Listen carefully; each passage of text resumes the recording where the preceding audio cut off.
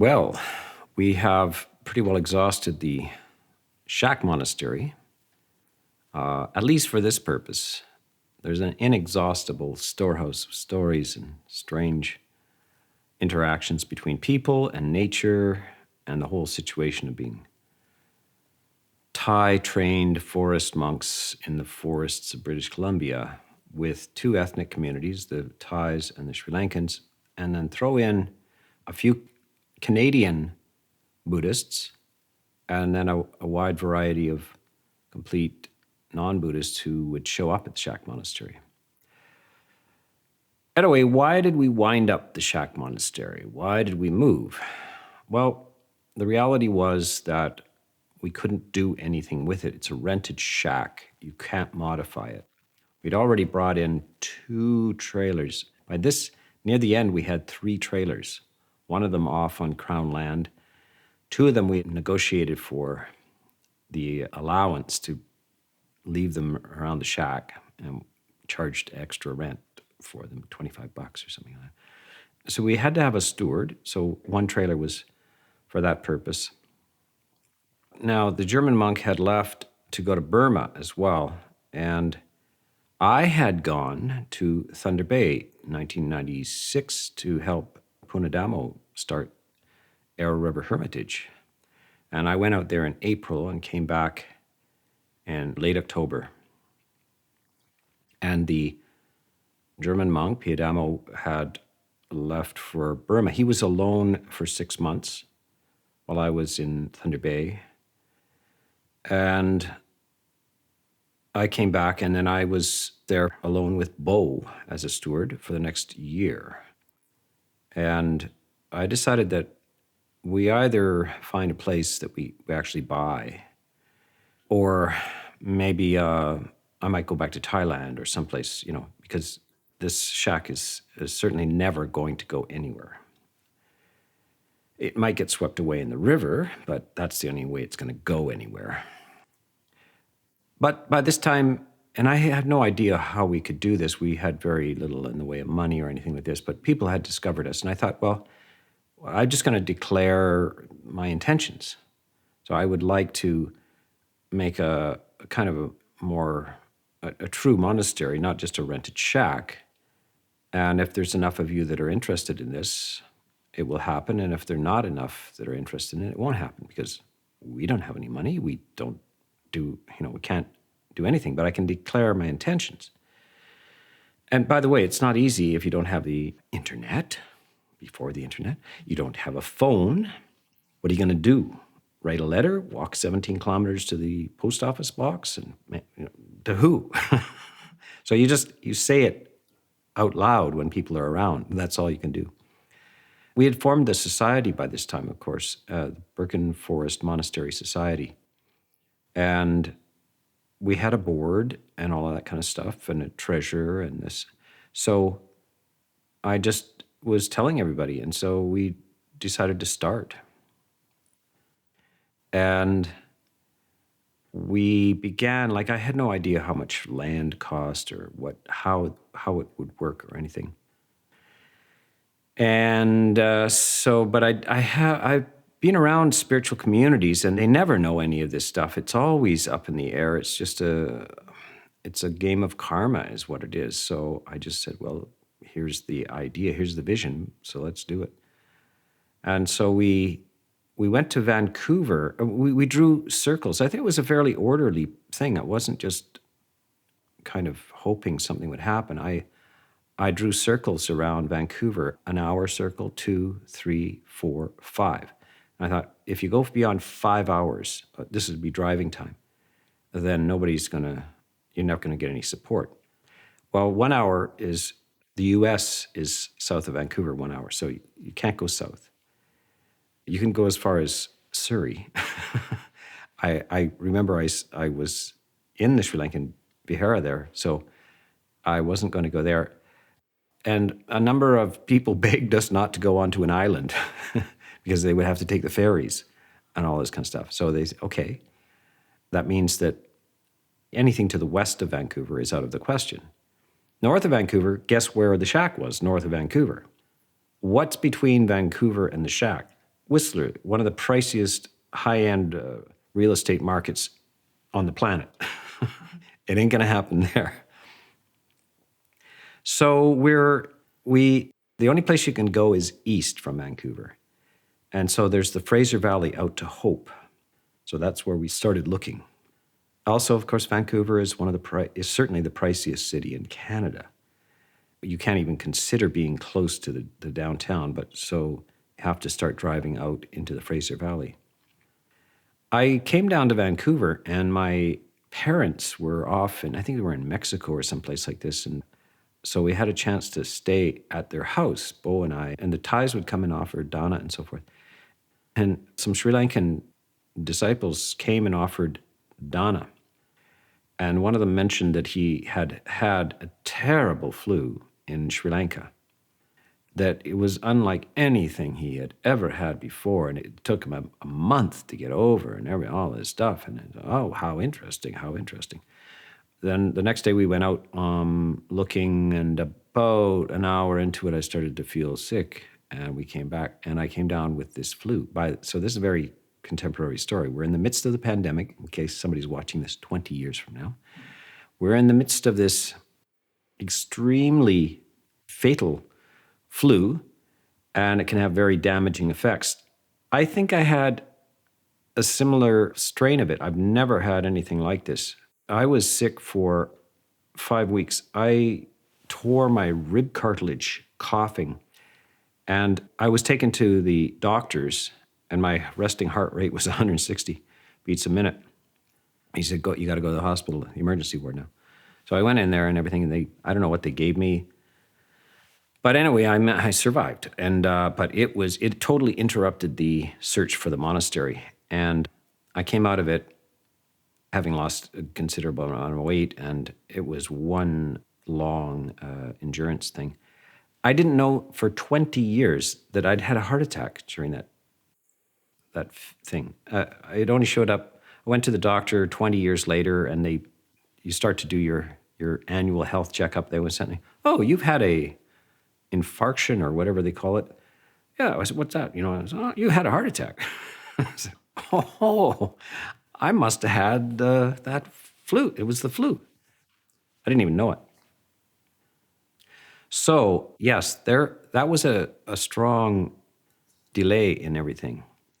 But I recovered, and we had realized that the Fraser Valley is too expensive. So we started looking at the 5-hour circle. And that meant driving into the Caribou, 100 Mile House, what's called 100 Mile House. And there you start to get 20 acres of moose pasture, 10 acres of moose pasture. That's a real term. We called it swamp. And the real estate lady, who was in a pair of cowboy boots and walked us in through the snow in May,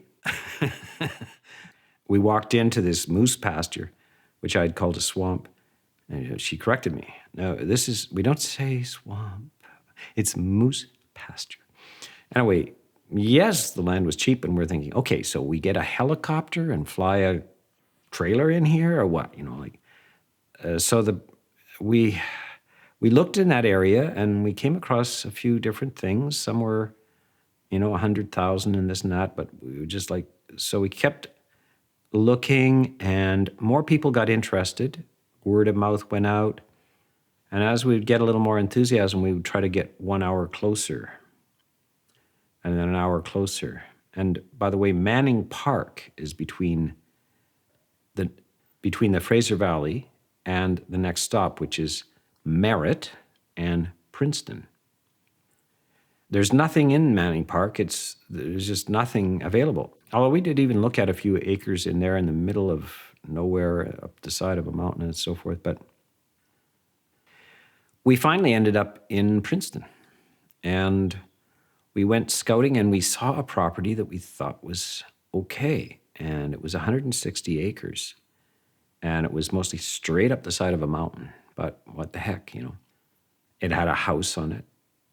And we went over and we photographed it all.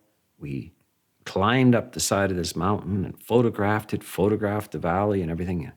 we came back and we said, I think we should make an offer on this. By the way, there's all kinds of economics to this. Charitable societies are not like, say, a guy who works in a mill. A guy who works in a mill can put 5% down on and get a mortgage. We, because we're a large group of people, have to put 40% down. We're a dangerous crew. These charitable societies are a dangerous crew. I don't know what. Anyway, we found all this stuff out, and we really had, it was quite a situation. But we thought this is the place, and I think it was about 180,000 or something like this. For a house in 160 acres, and so we had photographed it. We got back, and we were going to have a little meeting and show everybody the exciting news. We pull up all of the pictures, and they're all black. None of them came out except the shots across the valley. And there was one place that we looked at across the valley, and that was the only photo that came out. And so we said, let's phone them and make an offer on that instead. So we just made an offer on the place across the valley, which was 17 acres, but it was flat with some little hills behind it. And it had a house on it. And it was $168,000. So we got an accepted offer, and now we had to get funds for this. And this was a house. This was startling contrast to my years. I've been living in shacks and Thai monasteries and caves and all this kind of stuff for years. I mean, how long? 10, 12 years. And suddenly we're actually in a house that has electric lights, it has electricity, a phone, flush toilets, water, a yard. It's got acreage, and it's yours if you want it. And so it's kind of strangely hard to get my mind around the whole thing. That we then had this problem of how do you buy this place? And how do you get a mortgage? So a bunch of people co-signed for the down payment sort of thing. And then we had to get a bank, and I didn't know how to do this. So we had there are mortgage companies and outside of banks, like private mortgages and everything. And just when we're coming, like within a couple of days of losing the place, I happened to get a phone call from a guy we called Uncle Charlie. And he was a crane operator who had, through his Thai wife, he was a Canadian guy. He had met us at the Shack Monastery, and he used to come up, and he was a great guy, Uncle Charlie. He was a blue-collar crane worker and everything, but we got to know the monks, and he was part of the Thai married Canadian community. And he was calling from the Thai temple, and it was a Sunday. And he said, "How you doing up there?" And I'm like, "Oh, it's Uncle Charlie. How are you?" He said, "You guys got the mortgage yet?" No, actually, Charlie, we don't. We don't have the mortgage. He says, "Well, Dave's here, and he's the manager at a BC bank, and his wife is Thai. So I'll tell his wife that the monks need a mortgage, and then he'll have to give you a mortgage." And I said, "No, Charlie, just no." So he goes over and tells his Thai wife. And then the next voice on the phone is Dave. "Oh, hello, Ajahn. And so I hear you need a mortgage." And I said, "Yes, Dave, I'm sorry that we didn't mean to put you on the spot or anything. How much do you need?" And so forth. And, "Well, we need $108,000. And we got about 2 days. And he said, "Okay, I'll get it tomorrow." So we got it. We got the mortgage. And a couple of people had to, so people had to cooperate. They had to sign. They had to put their names on this stuff because we can't. So it was quite a cooperative effort, and we had no idea whether we could actually make mortgage payments. Anyway, we got to Princeton. And it was quite a thing. I moved into a bedroom, but there was a closet in the bedroom. And it was one of those sort of pseudo walk-in closets. It was 8 feet long, 3 feet wide. So I thought, I'm moving in there. So I had my bedroom was the closet. I just had a little rollout that I put on the floor, and I stayed in the closet. Not that kind of closet. But it was weird to adjust to the new situation. We had showers and so forth. So we had a place, and of course I didn't really want to stay in the house, and there was a tool shed beside the house, so we fixed that up. It was all soaked with oil and machine oil and everything, but we increased the floor and put some styrofoam down and put some plywood on there, cut a window into it, and just in a primitive way. And then I ran an electric line out there, so that was the Abbott's Cootie was the tool shed. And this is how it actually developed. We brought our 3 trailers along. So we had 3 trailers and a tool shed and a house. And so we started with no, it's a long ways away, it's in a different direction, but we had a phone and so forth. And also, Miguel Romero had decided he wanted to become a monk. And so I received my first novice, and Ajahn Sona came up from a Baigiri monastery to perform the ceremony. I didn't have the 10 rains. So to make a novice, you only have to have 1 monk, but you have to have 10 rains. So I had 9 rains. Ajahn Sona came up and did the novice ordination. Later on, we would go to California for the actual higher ordination for Miguel, who became Tita Puño. So he's my first sort of formal monastic disciple, and excellent. And he's a former he's a PhD in chemistry at UBC, and with good professorship opportunities at the University of Victoria. He had an opportunity to go there, which is a peachy kind of thing, and he decided to drop out and become a monk. So here we are, and we're, again, without any resources and no stewards or anything.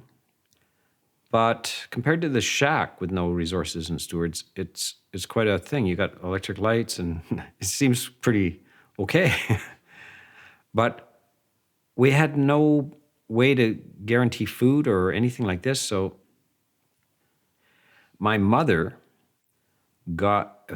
bought a chest freezer and pre-cooked a whole bunch of, filled it with food, and drove it up, and with my cousin George, and dropped off the freezer and George. And George was more than happy to become the new steward. And he didn't have to do much cooking. He just took out frozen food and thawed it out and offered it to us. So we were in. And that's how it started. And Princeton was quite a trip. Again, we had, expenses and mortgages and stuff. And we had no idea if we could manage to do this. But visitors came, lots of visitors, and donations came in. And we more than easily handled the mortgage. And we had a place for steward to stay and guests to stay and so forth. And we built, we took the woodshed. We actually turned that into a kuti for Sister Mon, who had shown up at Princeton. Sister Mon arrived at Princeton. And so we had a little community. We had 2 monks and a nun and a steward. Sometimes we had 2 stewards. And we had various guests. In the first year, I think 150 people came through, to sort of, all told, 150 like visitors and so forth. And the next year, 350 came through. And the next year, 700. And then I got a phone call one day from somebody who had practiced meditation with me. And he said, how much is the mortgage on there? And I said, well, it's $108,000. Well, I'll pay it off. So I paid it off. So I put down the phone and I said to everybody, oh, our mortgage is paid off now. So it happens that way in monastic structures. So we were there for 3.5 years total. Remember, we were at the shack as a monastery for 3.5 years, and then we're at Princeton for 3.5 years. This 7-year kind of thing is a feature of my life. And it was very expansive. We got in touch with a lot more people, and we put out a newsletter which was written by hand. But we also didn't have I had heard about the internet, but we didn't have computers, and I was dead set against computers. And what we would do is people would email somebody in Vancouver, this guy that volunteered to receive emails. I didn't understand how it worked or anything. And then he would mail them to Princeton by snail mail.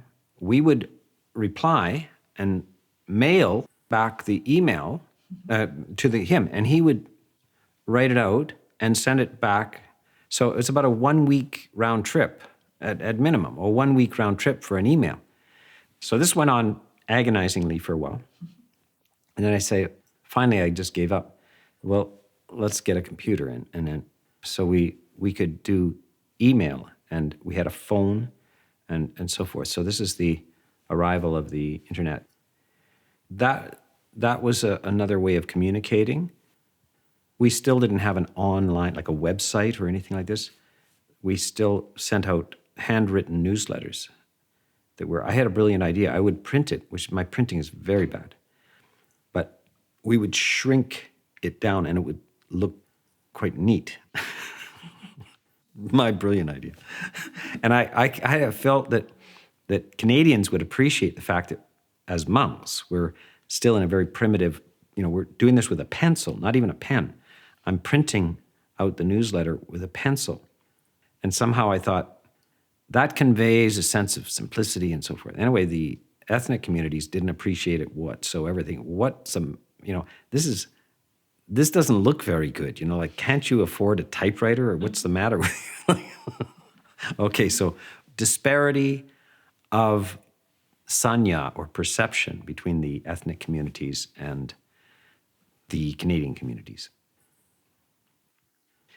But so many adventures there. So we continued. We built 2 kutis there from scratch, and mine was up on the top of this little hill. And in the wintertime, it was steep as anything. It was like a ski hill, and mine was perched right on top. And it was treacherous to go up there and down. But I happened to have been raised at a ski resort, and I made myself a little rope tow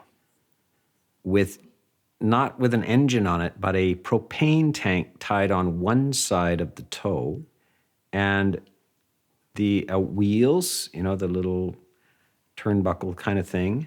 And I would just strap myself in and plunge off the side of this hill straight down, and the propane tank would go up the other side, and I would come down. And there is some photos or even videos, perhaps, of me plunging off the side of the cliff down, because I was raised on snowy slopes. As I said, my parents owned a ski resort when I was a kid. I was a trophy-winning skier and everything. So anyway, it was all right. Both of those kutis, we actually brought them along to this new monastery. And it was a doozy to try to get them down off those hills. We had to get a backhoe to skid them off those hills. But we didn't want to throw our resources away when we actually finally sold the other monastery. The monastery and the events of the monastery were that we were just continuously building up. It was, as I say, 150 guests, 350, 700, spreading out. I was traveling a lot. I would accept any invitation to teach anywhere in Canada or the US, and I would fly back and forth and so forth, and just This is the way it's done. I was raised that way in the monastic life. Bhante Gunaratana at West Virginia was one of the most traveled monks, maybe the most traveled monk in the world. He would accept any invitation.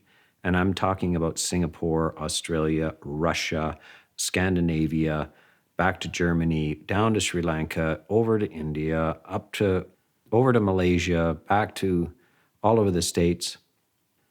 He was just flying around, and he just walk out of the monastery and leave us to run the place. So that's what I did as well, is I would try to accept any invitation, and in order to spread the sense of the Sangha and awareness, because again, we don't have a website. That wasn't even considered or thought of. It was basically just one-on-one, you had to make a real appearance. And so that's how I did it. And we would drive to Vancouver, and we would drive to any city. So George was driving me down to Vancouver in the middle of the night and then back, and I had to give a talk and here and there. So all over the place by vehicle and then by plane. That's how it kind of evolved. And we were also modifying the place. And it was a conventional house. And first thing we did was we took the kitchen out of the main floor and put it down in the basement and opened the main floor for meditation. And so we turned the whole place upside down and this and that. So it wasn't the best thing for resale value. We lost some money on that house because we had turned it into our place. But I'd been sitting on my hands for so many years in that shack where we couldn't touch it that I didn't care. And I fully anticipated that we would make this place unconventional and we would just have to deal with it later on. I had learned a lot of carpentry in West Virginia, and I really had never touched a hammer before that. I was a classical musician, and I disdained the very notion of being practical enough to tie my own shoelaces. But I had an epiphany in the robes about making yourself useful. And so it turned out that I had some talent with this stuff. So I sort of picked it up quite well. Anyway, so we modified the house. And of course, we never consulted anybody. We ripped walls out and so forth and just took chances on structural stuff and just did what we had to with our own resources because we had slender resources. We couldn't bring in, carpenters and stuff to do this stuff for us. But we built our own kutis, and we turned tool sheds into kutis, and we turned wood sheds into kutis. And we finally got it mostly done, and then another offer came for more money. And Ajahn Sona had come and visited that monastery, and we asked him, "What do you think?" And he said, "It's a good intermediate monastery. This is not your final monastery." And so I always had that in my mind. And then I got another phone call with an offer of $300,000. And I say, okay, it's time. Now we go searching for the final monastery. And that triggered the next expedition, which took us all over the Okanagan. We had learned a lot about real estate, and we had learned a lot about where we could position ourselves. We were very interested in the Merritt area and the highway between Princeton and Merritt. There's some beautiful land in there. And we went in there, and we were very eager, but the prices were out of our comfort range and so forth. And so the search went on for quite some time. And we had actually made some offers on other land closer to Kamloops, but with just a conventional house on it. It was 160 acres. But it wasn't, we were thinking, well, we'll try to build something on it, but there's zoning bylaws and all this kind of stuff. So, and just at the last moment, we made one offer and a second offer, and a realtor in Merritt said, "There's this place in the forest, a huge building that is up for sale. It's only half finished, but you might be interested." So we were already kind of invested in this other place, but we said, well, we'll drop in on the way back. So we came in to try to find the place that we're in. We couldn't find it. It was not apparent where it was. We looked and couldn't find it. So we went down to Merritt and said we couldn't find it. He gave us better instructions. Said, well, okay, we'll next time. So we drove up a week later and couldn't find it again. Now we were really interested. If we can't find it, it's perfect. Because we had made a list of 17 things that we were looking for. If this is going to be the final monastery, we want it very carefully selected. It's not just an expedient anymore. And the first one was out of sight of people. And then the second one is out of sound of people. And so, driving up that logging road, you're way in there. You're off grid and so forth. So the realtor actually brought us up and took us in, and wow, look at the size of this. What the? And the basement floor was not poured yet. It was mud and so forth. And it was a giant building. And we didn't know why it was but it was, we weren't looking for a building. We were looking for a forest. And by the way, it was just before the pine beetle infestation broke out. So we're looking for a pristine pine forest. And we were going to build our own custom type of building. But then we came to this. This was a clear cut with a giant building on it that we never imagined building something this size.